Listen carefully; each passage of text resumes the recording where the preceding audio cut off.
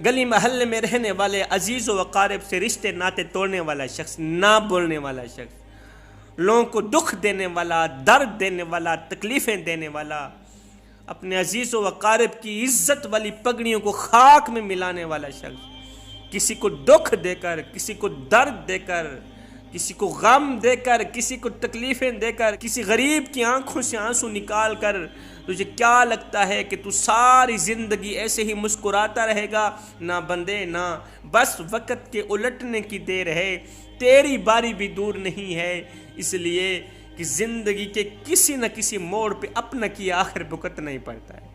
فرمایا جو شخص رشتے ناطے توڑتا ہے نا، اپنوں سے بولنا چھوڑ دیتا ہے، اپنوں کی مجلس میں جانا چھوڑ دیتا ہے، ایسا شخص اللہ تعالیٰ کے غضب کا نشانہ بنتا ہے۔ فرمایا دو گناہ ایسے ہیں جن کی آخرت میں تو سزا ملے گی ہی ملے گی، لیکن دنیا میں بھی ان دو گناہوں کی سزا ملے گی، ضرور ملے گی۔ پوچھا گیا آقا وہ دو گناہ کون کون سے ہیں؟ فرمایا ایک زنا، جو شخص زنا کرتا ہے نا اس وقت تک مرے گا نہیں جب تک اپنی ان آنکھوں سے اپنی فیملی کے کسی بھی ممبر کو زنا میں مبتلا نہیں دیکھے، اپنی بیٹی کو، اپنی بہن کو، اپنی بیوی کو زنا میں مبتلا نہیں دیکھے۔ فرمایا دوسرا قطع رحمی کرنے والا، اپنوں سے رشتے ناطے توڑنے والا شخص، یہ دو گناہ ایسے ہیں جن کی سزا انسان کو دنیا میں ہی ملتی۔ فرمایا چوتھا تکبر کرنے والا شخص، فرمایا تکبر اللہ تعالیٰ کی چادر ہے، تکبر خدا پاک کی چادر ہے، جو شخص اللہ کی چادر پکڑتا ہے نا، چادر میں ہاتھ ڈالتا ہے، کھینچتا ہے نا، اللہ تعالیٰ اسے خاک میں ملا کے رکھ دیتا ہے، اللہ تعالیٰ اسے ذلیل و خوار کر کے رکھ دیتا ہے۔ جو انسان اللہ سے مقابلہ کرتا ہے، اللہ سے ٹکر لیتا ہے، انسان بہت ہی لاغر پیدا ہوتا ہے، انسان بہت ہی زیادہ کمزور پیدا ہوتا ہے، مگر طاقتور ہوتے ہی خود کو خدا سمجھنے لگ جاتا ہے۔ 2 دن کی طاقت ملتی ہی کیا ہے؟ تکبر کرنے لگ جاتا ہے، متکبر بن جاتا ہے۔ 4 دن کی مہلت پا کر حضرت انسان اپنی اوقات بھول جاتا ہے۔ جب انسان اپنی اوقات بھول جاتا ہے پھر اسے اتنا پتہ بھی نہیں رہتا کہ مٹی کا کھلونا جیتے جی تو بہت شور مچاتا ہے، لیکن جب مرتا ہے تو مر ہی جاتا ہے۔ اے حضرت انسان، تیرے غرور کی اوقات تو بس اتنی سی ہے، تیرے تکبر کی اوقات تو بس اتنی سی ہے کہ جب تو دنیا میں آیا تھا، پیدا ہوا تھا تو لوگوں نے ہی تیرے ننگے وجود کو ڈھانپا تھا، اور جب تو دنیا سے گیا تھا، مرا تھا تو لوگوں نے ہی تیرے ننگے وجود کو ڈھانپ کر تجھے رخصت کیا تھا۔ تو غرور کس بات کا کرتا ہے؟ خود کو دوسروں سے افضل سمجھتا ہے، خود کو دوسروں سے اعلیٰ تر سمجھتا ہے۔ ایسے شخص کی نہ تو کوئی دعا قبول ہوتی ہے، نہ تو کوئی بھی عمل قبول ہوتا ہے، اور ایسے شخص کی تمام عبادات اس کے منہ پہ مار کے رکھ دیتا ہے، اللہ تعالیٰ اس کی مغفرت نہیں کرتا۔ فرمایا 5واں والدین کا نافرمان، جو انسان والدین کی نافرمانی کرتا ہے۔ فرمایا 6واں انسان شراب پینے والا، جو شراب پینے کا عادی ہے۔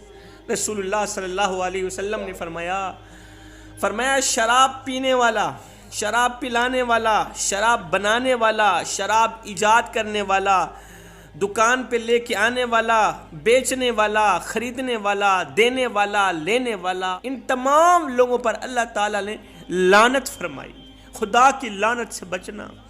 فرمایا شب برات، شعبان کی 15ویں رات کو ہر ایک انسان کی توبہ قبول ہو جاتی ہے، ہر ایک انسان کی مغفرت ہو جاتی ہے، ہر ایک انسان کی بخشش ہو جاتی ہے، مگر یہ 6 بدبخت وہ لوگ ہیں جن کی نہ تو کوئی دعا قبول ہوتی ہے، نہ تو ان کی مغفرت ہوتی ہے۔ میں دعا کرتا ہوں مالک ہمیں نیک اعمال کرنے کی توفیق عطا فرما، مالک ہمیں جلد از جلد توبہ کرنے کی توفیق عطا فرما۔ دیکھا آپ نے 6 لوگوں کی بخشش اللہ تعالیٰ قبول نہیں کرتا۔ شبیر صاحب نے بہت اچھی بات کہی ہے، اپنے اندر ایک چیز پیدا کریں، لوگوں سے ملن کی، پیار کی، محبت کی، اخلاص کی،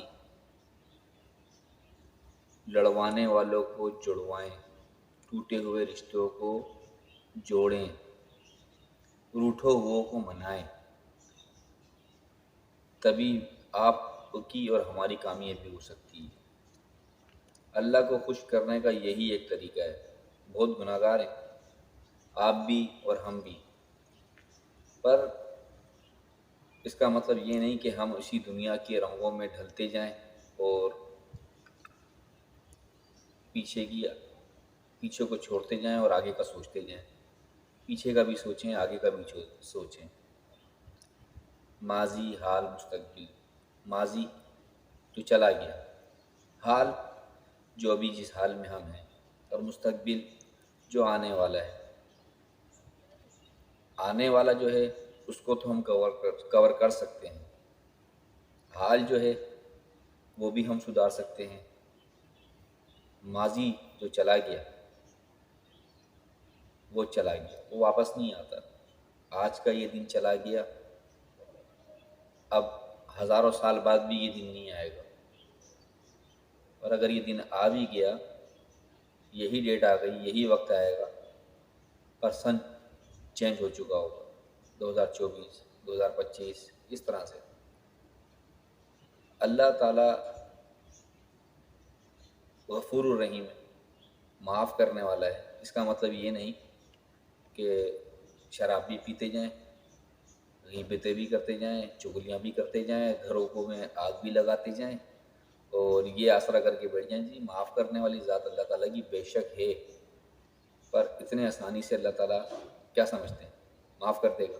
معاف کرے گا، پر اس کا عذاب، اس کی تکلیف سوچیے، انسان تصور بھی نہیں کر سکتا۔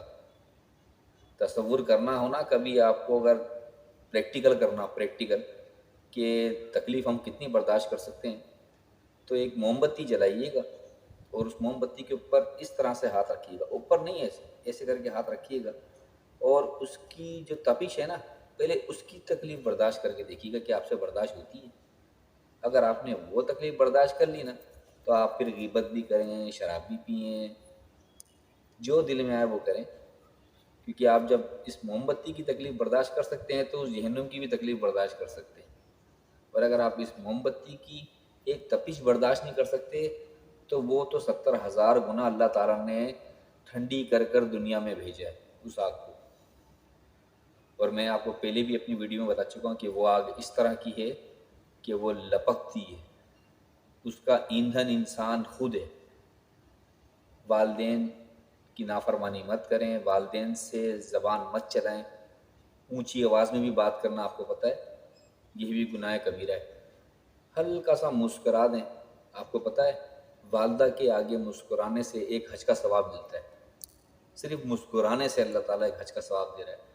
تو جب آپ والدین کا دل دکھائیں گے، تکلیف دیں گے، تو جب ثواب حج کا دے سکتا ہے نا، تو عذاب بھی پھر حج سے بڑھ کر دے سکتا ہے۔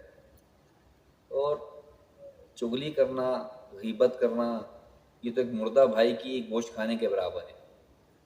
اگر آپ کسی کی غیبت کرتے ہیں تو سمجھ لیں آپ اپنے سگے بھائی کا گوشت کھا رہے ہیں۔ اس کی مثال اس طرح دی گئی۔ باقی شب معراج کی رات شروع ہونے والی ہے انشاءاللہ، اللہ تعالیٰ اس میں ہم سب کی مغفرت فرمائے، ہمارے عزیز و وقار رشتہ دار، والدین، ہمارے ساتھ جڑے ہوئے دوست، احباب، بہن بھائی، کزن، یا جو بھی ایکس وائی زیڈ ہمارے حضرت آدم علیہ السلام سے لے کے آج تک جتنے بھی مرد، عورتیں، بچے اس دنیا سے چلے گئے، اللہ تعالیٰ ان سب کی مغفرت فرمائے، ان سب کے اور ہم سب کے گناہوں کو معاف کر دے۔ اللہ تعالیٰ ان کی قبروں کو جنت الفردوس کے باغوں سے باغ بنائے، ان کی قبروں میں جنت الفردوس کی کھڑکیاں کھول دے اللہ تعالیٰ، تا حد نظر تک اس کو کشادہ کر دے باغوں سے اپنے۔ بہت گناہ گار ہیں، یہ رات تو ایسی ہے کہ اس میں نامہ اعمال اللہ تعالیٰ چینج کرتا ہے، اور نامہ اعمال چینج کرنے کے بعد جو پچھلا ماضی میں جو کیا ہوا ہوتا ہے اس کو اللہ تعالیٰ کتاب بند کر دیتا ہے۔ پھر اس میں موت سے لے کر، ہر بیماری سے لے کر، خوشی سے لے کر، پریشانی سے لے کر ساری چیزیں اس میں ایڈٹ ہو جاتی ہیں کہ کب زندہ رہے گا، کب کیا کھائے گا، کب بیماری ہوگی۔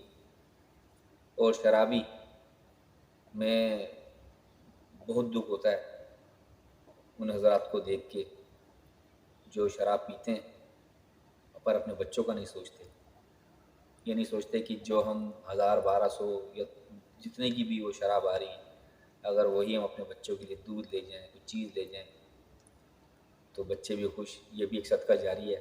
اپنے اوپر پی کے اپنے پھیپھڑوں کا بھی نقصان پہنچانا، تکلیف بھی دینا اور گناہ گار الگ ہونا، بہت دکھ ہوتا ہے۔ آپ لوگوں سے ریکویسٹ ہے، پلیز خدا کا خوف رکھیں۔ خدا کا خوف جس کے دل میں ہوتا ہے وہی مسلم بھی ہوتا ہے، مومن بھی ہوتا ہے۔ تو امید کرتا ہوں انشاءاللہ یہ آپ کو ویڈیو بہت پسند آئی ہوگی۔ میری ویڈیو کو لائک کریں، شیئر کریں، کمنٹس کریں اور سبسکرائب بھی کریں۔ انشاءاللہ نئی ویڈیو کے ساتھ دوبارہ حاضر ہوں گا۔ السلام علیکم ورحمۃ اللہ وبرکاتہ۔